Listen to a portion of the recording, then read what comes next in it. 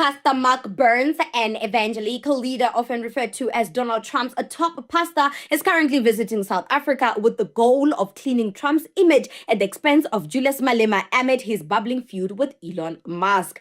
Hello, African Diaspora News family. My name is Reneilwe Morema, and I am your host right here on the African Diaspora News channel. I am reporting live from Johannesburg, South Africa. Mark Burns, a staunch supporter of Trump, is in South Africa on a fact-finding mission following widespread and repeatedly disputed claims of genocide against white Afrikaner farmers. Now, in multiple interviews that he gave to different media outlets, one thing remained consistent in his interviews. He is here to clear Trump's name.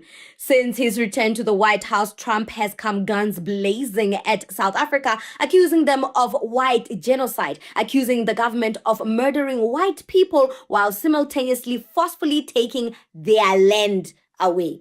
Remember that interview? Terrible things are happening in South Africa. All because his lapdog Elon Musk could not get his way in our country, so he pulled the biggest heist of them all, a white genocide heist, to hold us hostage and force us to accept Elon Musk businesses to operate in our country without complying to BEE laws.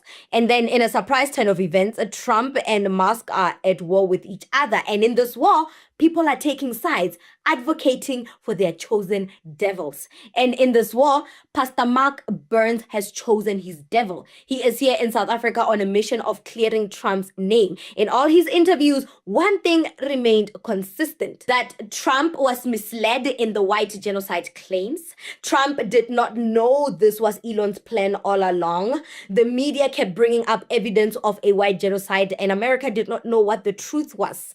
Donald Trump now understands that it's not a genocide, it's a crime, and it affects everybody. And Mark Burns says that he has spoken with white farmers in South Africa, and they say it's a crime problem, not a genocide problem, as AfriForum Boers claim. Now, President Trump he further said that President Trump inherited people's beef. Now, the people in question is Elon Musk, by the way. This black man flew all the way from the United States to BS us and paint Trump as a saint in Elon Musk's birth country. The nerve. Trump used a pastor, an ultimate spiritual symbol of hope, love, and mercy, to clean his image, to make him more white than the pearly gates of heaven. This PR stunt is not going to fly with us, unfortunately. Mark Burns thinks we are stupid. He can give those low vibrational reasons to Michael Langley. They can lap it up of Trump's body. And if that's not enough, this pastor came at Julius Malema so that he can get his point across. And we all know, if you want to become relevant in Africa, oppose Traore and Malema and you'll have the people's attention. So he did just that. US-based Pastor Mark Burns, a staunch supporter of President Donald Trump, believes the EFF and its leader Julius Malema should not be taken seriously and are attention seekers for chanting the divisive "Kill the Boer, Kill the Farmer" chant.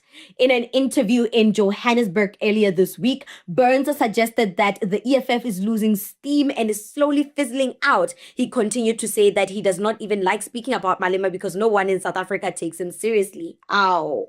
He dismissed Malema as just a character who is screaming, trying to garner attention for himself. He further criticized the Black Economic Empowerment Policy, the BEE, that aims to redress the inequality of wealth and opportunity and elevate Black people so they can benefit from the economy. He said BEE is the reason why the country is still not developed, because investors from the United States are feeling uneasy about investing in a country where people are prevented from prospering based on their skin color.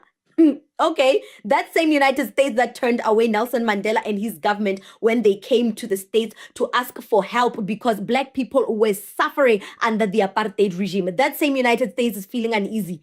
That same United States that celebrated the oppression, the inequality, and segregation in South Africa at the height of apartheid. That United States, now they have issues with inequality because it affects their kind.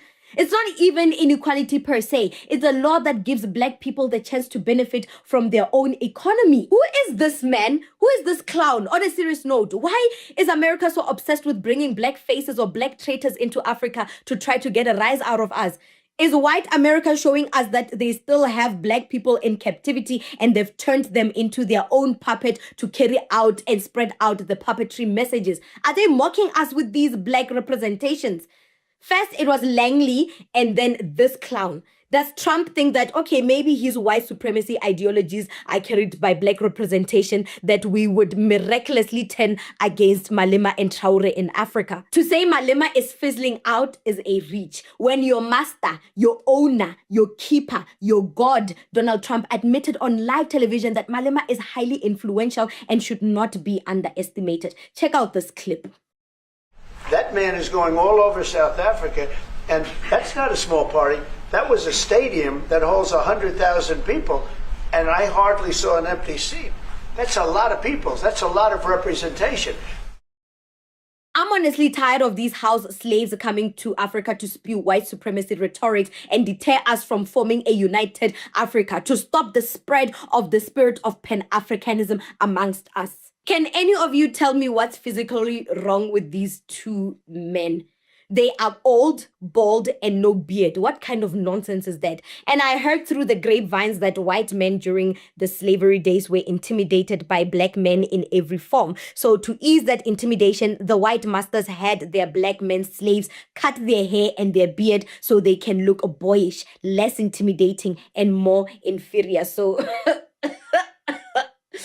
I'm not saying anything about Langley and Burns. I ain't say much, but looking at their physical appearance, yeah, no, I can believe that theory. I can believe that, yeah, they cut their hair and beards to stick around the White House, to stick around in the Trump administration, to benefit whatever they can benefit, to have the little breadcrumbs Trump throws at them.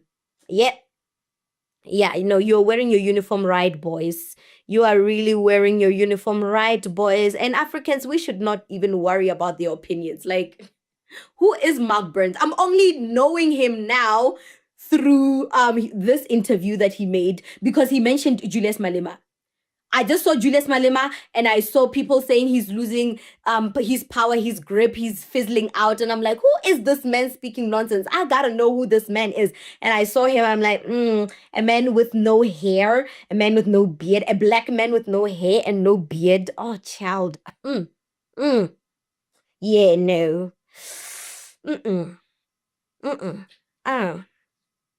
A black man with hair and beard is intimidating and delicious at the same time. So I can understand why these white men are intimidated. Yeah. Ooh, it's a bad time.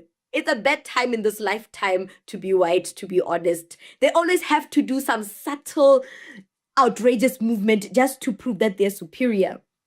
But oksalayo means the matter of fact is, yeah. Yeah, Michael Langley and Pastor Mark Burns. Is he even a pastor? But anyway, Pastor Mark Burns, they are wearing their their house slave uniform very, very well.